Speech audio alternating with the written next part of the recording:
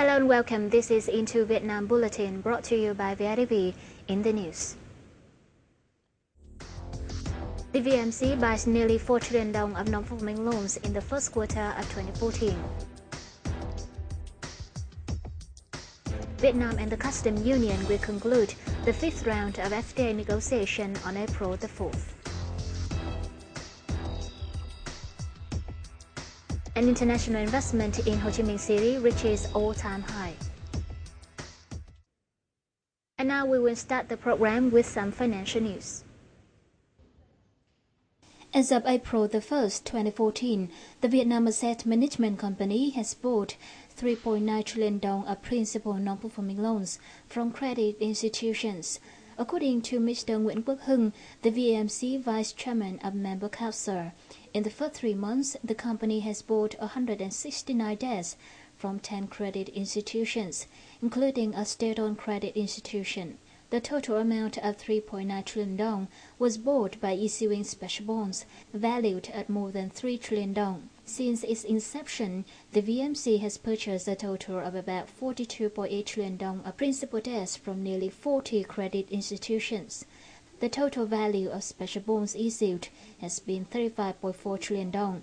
Under the 2014 plan, the VMC will buy 70 trillion dong of bad debts, including 10 trillion dong in the first quarter and 20 trillion dong in the second quarter. According to the State Bank of Vietnam, total lending expanded 1.35% in March compared to February and 11.59% from the same period last year. The SBV attributed the slow growth of credit to seasonal factor and weak absorption capacity of the economy.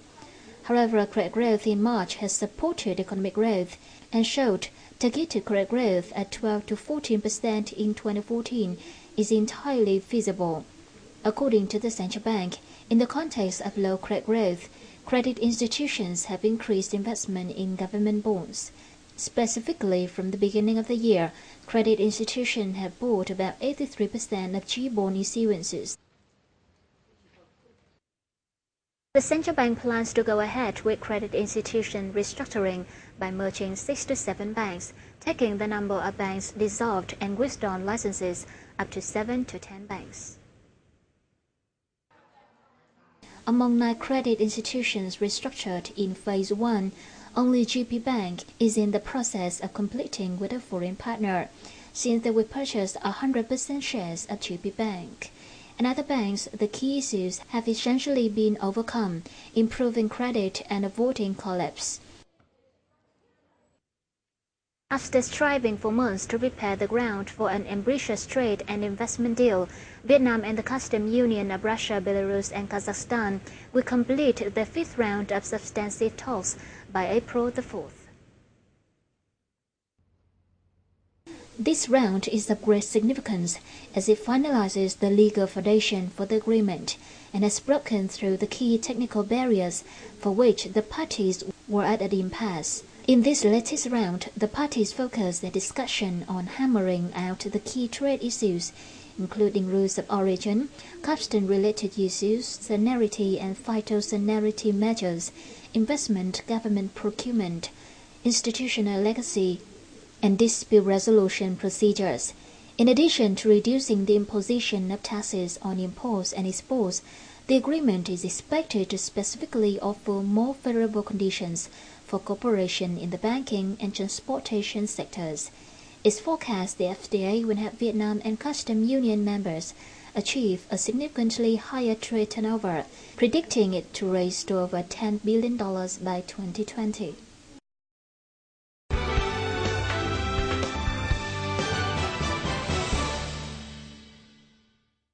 Moving on in the news is some information from the southern hub of Ho Chi Minh City.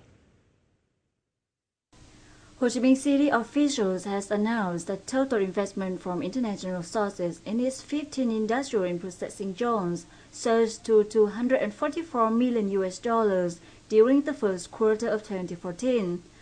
It is reported that currently the industrial and processing zones are 64% occupied and have roughly valued 1,300 projects with a total planned investment in excess of $8 billion. Two projects grossed the record-setting export turnover of $959 million during the first quarter. Ho Chi Minh City aims to prioritize investment in four key sectors: food processing, pharmaceuticals and chemicals, mechanical engineering, and electricity and electronics that help boost the city's economic restructuring process. The Ho Chi Minh City Center of Forecasting Manpower Needs and Labor Markets Information has estimated the city's second quarter labor demand at 75,000 employees. The center's report on employment trends shows enterprises' demand for the workers with basic to intermediate skills accounts for 35% and 38%, while university graduates and those of higher education levels make up only 27% of the total demand. According to the statistics of the Ministry of Labor, Work Invalids and Social Affairs, as many as 72,000 bachelors and masters were jobless last year. This shows an imbalance in labor supply and demand in the country. Authorities in Ho Chi Minh City have officially begun the annual price stabilization program that will run from April the 1st until the end of March 2015. Under the program, essential goods are offered by participating companies at lower than market prices. According to the City Department of Industry and Trade, this year the program includes 76 enterprises, an increase of 12 firms over last year. As of today, banks that take part in the program have signed agreements to provide total loans of $392.9 million to businesses in the program, 4 times higher than last year. The annual interest rate are 5.5 to 6% for short-term loans and 7 to 10% for medium and long-term loans. Participating companies were asked to prepare sources of goods that would be 30 to 35% higher than what was registered last year and meet 25 to 14% of market demand. Data from the Vietnam electricity shows Vietnam was estimated to have produced a total of 30.49 billion kilowatt-hour of electricity in the first quarter of this year, making a year-on-year rise of 9.2%. In which commercial electricity was estimated at 28.03 billion of kilowatt-hour, up 9%. In March alone, the country produced 11.5 billion kilowatt-hour power, accounting for 37.9% of the total country's produced power, and up 5.6% on year, including 9.68 billion kilowatt-hour of commercial power, up 9.68%. In order to meet power demand for the country's socio-economic development and resident life in the dry season, the Ministry of Industry and Trade has directed EVN to collaborate with PetroVietnam and Vinacomin to reasonably operate power plants and closely monitor progress of power grids and sources to promptly discover and solve obstacles and difficulties.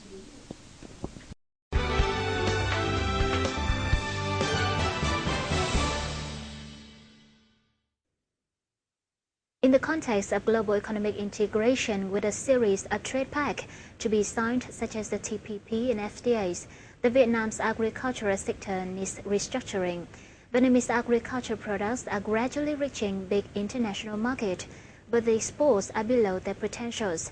Thus, experts say it's necessary to restructure the sector to export agricultural products more effectively, bringing more benefits to farmers. This company is specializing in producing rice exported to many countries in the world. The outstanding feature of the company is using the organic cultivation models, not using chemicals. Therefore, their products are accepted by demanding markets such as the US or Europe. Sau WTO và sắp tới là TPP, thì nói chung là cái rào cản thương mại nó sẽ là rào cản về tiêu chuẩn kỹ thuật.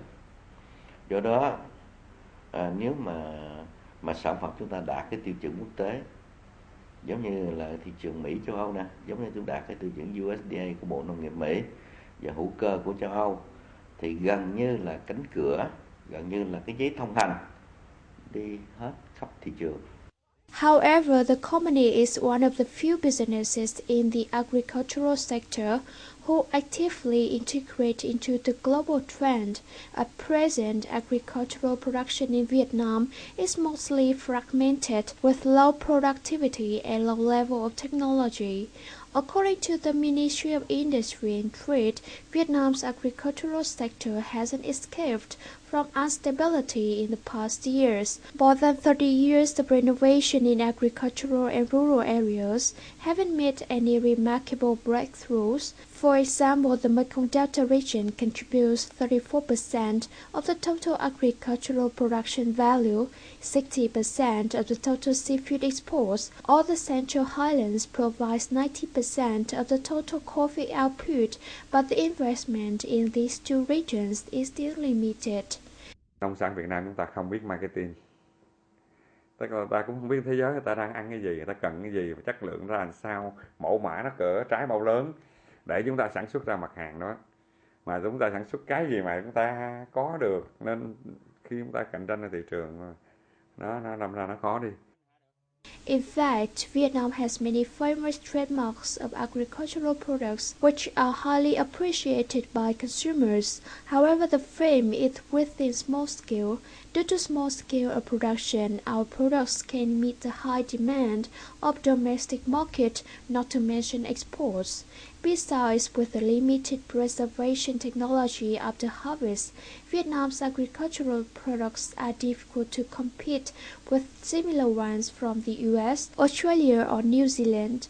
Especially, it's hard to compete with agricultural products from the US. TPP có khi là nguy cơ cho những người này, nhưng mà có khi cũng là cơ hội cho những cái người khác. Nhưng mà nếu trong nước chúng ta không có một chủ trương, không có một cái chuẩn bị trước, hoặc là không có một cái chương trình lâu dài, thì cái cơ hội này nó lọt vào tay của người nước ngoài. Chúng tôi thấy là hàng dệt may hiện nay là vấn đề dệt nhuộm là nước ngoài ta đang ùn tới, người ta tìm cách ta đổ vào để ta được cái lợi thế TPP, trong khi trong nước chúng ta thì trở mình rất là chậm. Chúng tôi nghĩ nông nghiệp cũng vậy, nông nghiệp chúng ta sẽ chịu nhiều sức ép, nhưng mà chúng tôi nghĩ rằng cũng có cơ hội, chứ không phải không có cơ hội. Thì chính phủ cũng đã có thông qua cái chương trình là tái cấu trúc lại các cái sản phẩm của ngành nông nghiệp. Có nghĩa là về các sản phẩm nông nghiệp phải đi một cách dài hạn nhiều hơn. Nhưng mà chúng ta không phải chỉ lệ thuộc vào vấn đề chiến lược chung của nhà nước, mà mỗi một doanh nghiệp chúng ta phải góp phần vào. Vietsan có một cái chương trình mang tính cách là sản xuất theo truy xuất nguồn gốc. Như vậy sự hợp tác giữa các cái liên kết giữa các cái khâu trong cái chuỗi giá trị đó nó phải được hợp tác với nhau trên cơ sở là bình đẳng và quyền lợi được phân bổ. While Vietnam may need to restructure the agricultural sector, many foreign products are ready to enter the market. Australian beef is gaining more market share, and coming up next are fruits, vegetables, and eggs from TPP members. Due to lack of capital, Vietnamese firms find it hard to compete with FDI businesses and Chinese traders. With the lack of investment, the Vietnamese agricultural sector will face lots of obstacles when TPP comes into effect, maybe this year.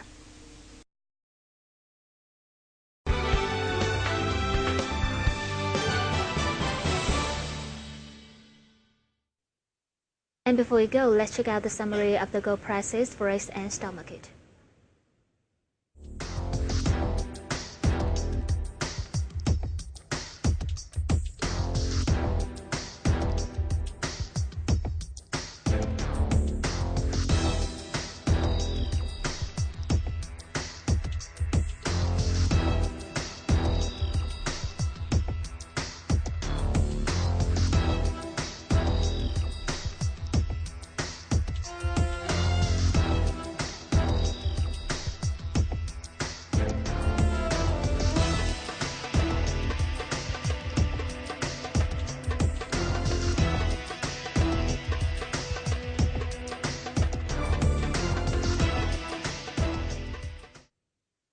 Now is the end of the series. We'll be back at the top of the hour. Thanks for watching.